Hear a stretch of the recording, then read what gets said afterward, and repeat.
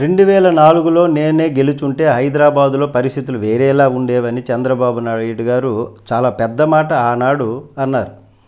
ఇదేంటి 2004 తర్వాత అభివృద్ధి హైదరాబాద్ కాలేదా? ఇది ప్రజాస్వామ్యం అండి. అది అభివృద్ధి అన్నది ఎక్కడ ఆగదు. ఏ ప్రభుత్వం వచ్చినా అది అభివృద్ధి అవుతూనే ఉంటుంది. కానీ ఈ విషయం ఇంతవరకు ఎక్కడైనా మనం విన్నామా?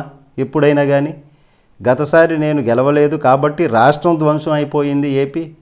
2004లో రాజశేఖర్ రెడ్డి గెలవకుండా చంద్రబాబు గారిని గెలవాలా? ఎందుకు ఇలా?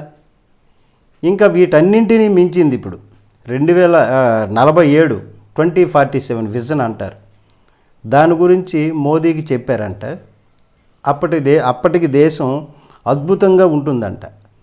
ఒకవైపు ఉద్యోగులు అమెరికా నుంచి తరిమేస్తున్నారు. అమెరికా వాళ్ళు ఉద్యోగాలు ఎక్కడ చూసుకోవాలో వాళ్ళు అయోమయంలో ఉన్నటువంటి పరిస్థితి.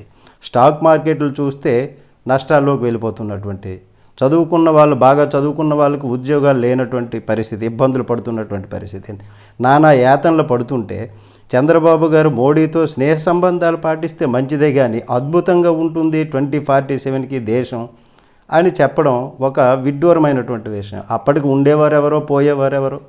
నమస్తే.